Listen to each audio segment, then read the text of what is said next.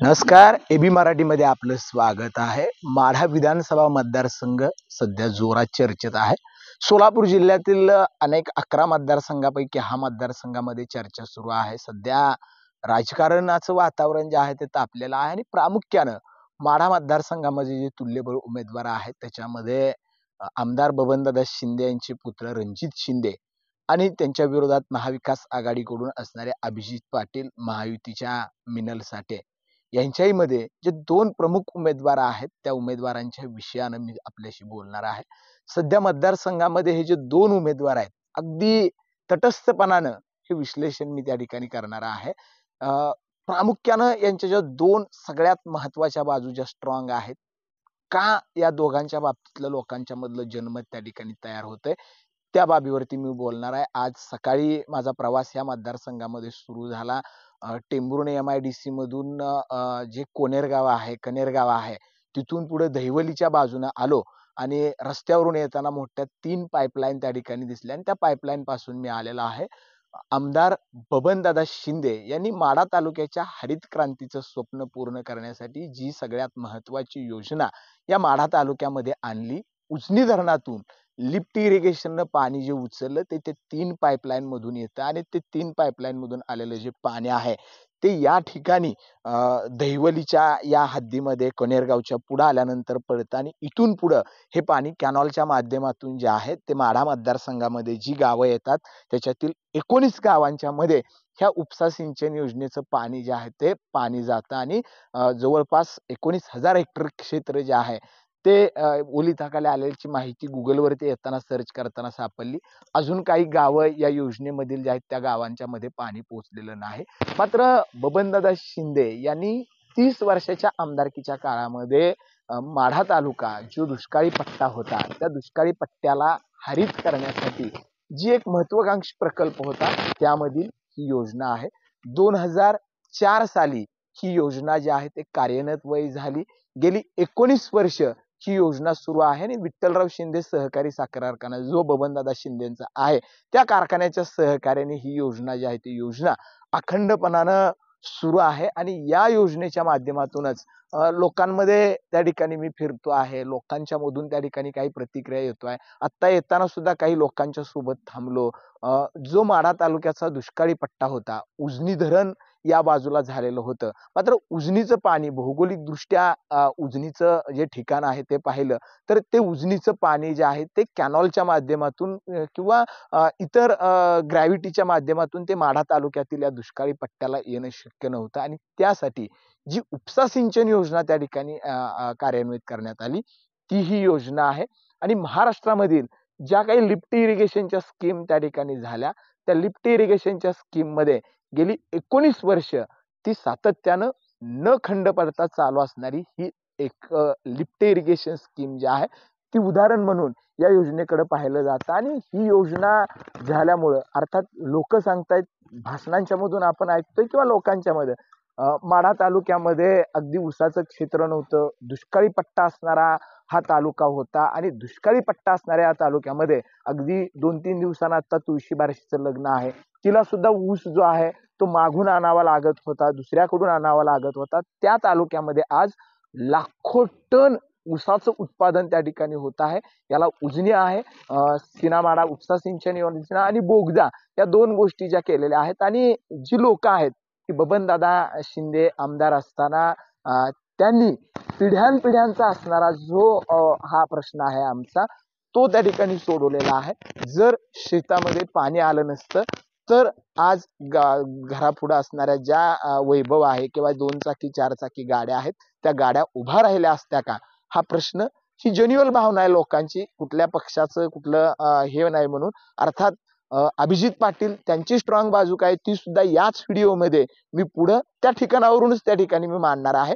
तर लोक सांगतायत ही जी योजना तुम्ही आता बघताय, मी ज्या योजनेवरती त्या ठिकाणी उभा आहे, ही योजना जर त्या ठिकाणी झाली नसती किंवा ही योजना कायमस्वरूपी जर चालू राहिली नसती तर मग मात्र या ठिकाणी हे हरित क्रांतीचं स्वप्न हे वैभव त्या ठिकाणी मिळालं नसतं. आणि म्हणून काही मतदारसंघातील प्रश्न आणखी बाकी आहेत, दळणवळणाचे प्रश्न त्या ठिकाणी बाकी जरी असले तरी जो महत्वाचा प्रश्न आहे काळ्या आईच्या उदरात जर पाणी मिळालं तर त्या पाण्यावरती त्या ठिकाणी बळीराजा सोनं पिकवू शकतो. आणि ही योजना आमदार बबनदादा शिंदे यांनी त्या ठिकाणी हा महत्वाकांक्षी प्रकल्प माढा तालुक्यासाठी आणला.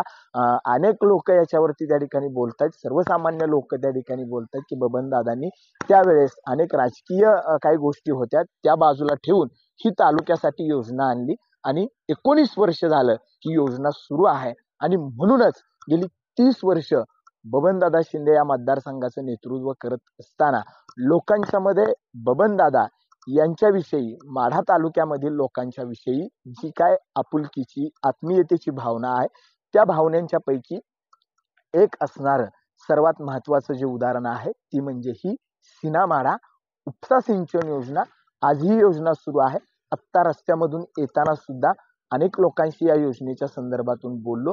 या योजनेमुळं खऱ्या अर्थानं आमच्या शेतीला पाणी मिळालं आणि शेतीला पाणी मिळालं म्हणून अनेक शेतीपूरक उद्योग सुरू झाले आणि आर्थिक सुबत्ता आली. आणि म्हणून बबनदादा शिंदे यांचं माढा तालुक्याच्या जो काही विकास आहे त्या विकासाच्या टप्प्यावरचं योगदान ह्या योजनेचं आहे. ते योगदान मात्र विसरता न येण्यासारखं आहे, हीच त्या लोकांची भावना होती. अर्थात ह्या योजनेपासून आता मी पुन्हा त्या ठिकाणी गाडीमध्ये निघणार आहे. आणि जे दुसरे उमेदवार आहेत अभिजित पाटील, या अभिजित पाटलांचा नेमका स्ट्रॉंग पॉइंट काय आहे आणि का अभिजित पाटलांचं सुद्धा त्या ठिकाणी लोकांच्या मध्ये चर्चा आहे, त्या ठिकाणावरून मी आपणाला जे आहे ते त्या गोष्टी दाखवणार आहे. ही योजना सीना-माढा उपसा सिंचन योजना शेतकऱ्यांच्या शेतीविषयीची जी सगळ्यात महत्वाची गरज होती पाण्याची, पुन्हा एकदा मी तुम्हाला दाखवतोय. या ज्या आहेत या 3 पाईप आहेत ज्या उजनी धरणापासून पाणी जे आहे ते लिफ्ट केलेलं आहे. आणि या 3 पाईप मधून हे जे पाणी आहे ते पाणी या ठिकाणावरती येतं लिफ्ट करून. आणि लिफ्ट करून झाल्यानंतर पुन्हा इथून जो आहे तो कॅनॉल सुरू होतो आणि हा कॅनॉलच्या माध्यमातून ही योजना जी आहे ती सक्रिय होते.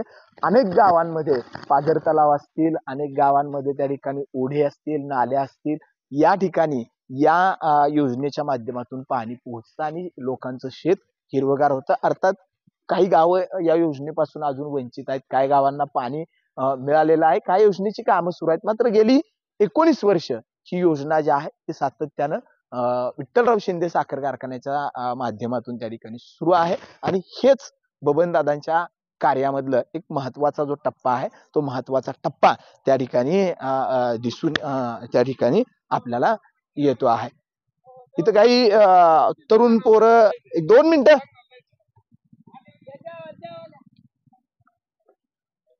तर ह्या योजनेच्या पासून आता त्या ठिकाणी मी निघतो आहे आणि अभिजित पाटलांची चर्चा का आहे त्या एका ठिकाणापर्यंत मी जाणार आहे. नक्की एबी मराठीला सतत तुम्ही फॉलो करताय, फॉलो करा. माढा विधानसभा मतदारसंघातला प्रवास करून आता मी जसं कनेरगाव, दहिवली इथल्या सीना-माढा उपसा सिंचन योजनेवरती असताना तुम्हाला सांगितलं होतं की मी दुसरे उमेदवार जे आहेत अभिजित पाटील यांचा जो मतदारसंघातला सगळ्यात चर्चेचा जो स्ट्रॉंग मुद्दा आहे तिथं जाईन आणि तिथून तुम्हाला काही विश्लेषण आहे ते अगदी तटस्थपणानं करेल. आणि मी आता हा प्रवास करत पोहोचलो आहे तो विठ्ठल सहकारी साखर कारखाना गुरसाळे या ठिकाणामध्ये. माझ्या पाठीमागं तो साखर कारखाना तुम्ही बघता आहात. आणि मतदारसंघामध्ये ज्या पद्धतीनं बबनदादा शिंदे यांची सीना-माढा उपसा सिंचन योजना लोकांच्या मनात आहे, अभिजित पाटलांचं जे नाव आहे ते याच विठ्ठल सहकारी साखर कारखान्याच्या मुळे सध्या मतदारसंघामध्ये चर्चेला जाते. अगदी तटस्थपणानं हा व्हिडिओ मी त्या ठिकाणी तुमच्यापर्यंत करतो आहे. अगदी 2 वर्षापूर्वी पंढरपूर तालुक्याच्या राजकारणाचा केंद्रबिंदू असणारा हा विठ्ठल सहकारी साखर कारखाना हा अभिजित पाटील यांच्याकडे आला. अभिजित पाटील या विठ्ठल सहकारी साखर कारखान्याचे चेअरमन झाले आणि ते चेअरमन झाल्यानंतर कारखाना त्या ठिकाणी बंद होता. तो बंद असलेला साखर कारखाना सुरू झाला. त्यानंतर त्यांनी 7-8 लाख टनाचं गाळप केलं आणि त्यानंतर ऊस दराच्या स्पर्धेमध्ये अभिजित पाटलांनी त्या ठिकाणी सोलापूर जिल्ह्यामध्ये ऊस दर जो आहे तो विठ्ठल सहकारी साखर कारखान्याचा जाहीर केला.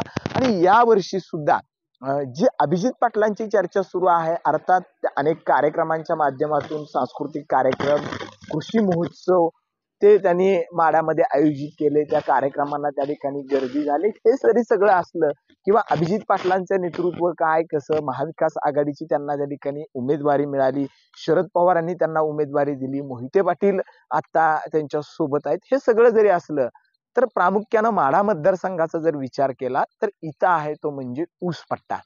आणि ऊस पट्ट्यातलं साखर कारखानदारीचं राजकारण करत असताना अभिजित पाटलांनी यावर्षी अगदी बॉयलर मोळीच्या अगोदरच त्या ठिकाणी यावर्षी येणाऱ्या ऊसाला 3,500 रुपये टनाला दर आपण त्या ठिकाणी देऊ शकतो अशा पद्धतीचं वक्तव्य केलं. त्यानंतर अभिजित पाटलांची जी चर्चा आहे ती मतदारसंघामध्ये सुरू झाली. कारण जो काही पंढरपूर आणि माढा विधानसभा मतदारसंघ आहे, जी माळशिरस तालुक्यातील काही गावं जी आहेत ते या मतदारसंघाला जोडलेले आहेत, ही प्रामुख्यानं हा साखरेचा पट्टा आहे, ऊसाचा बेल्ट आहे.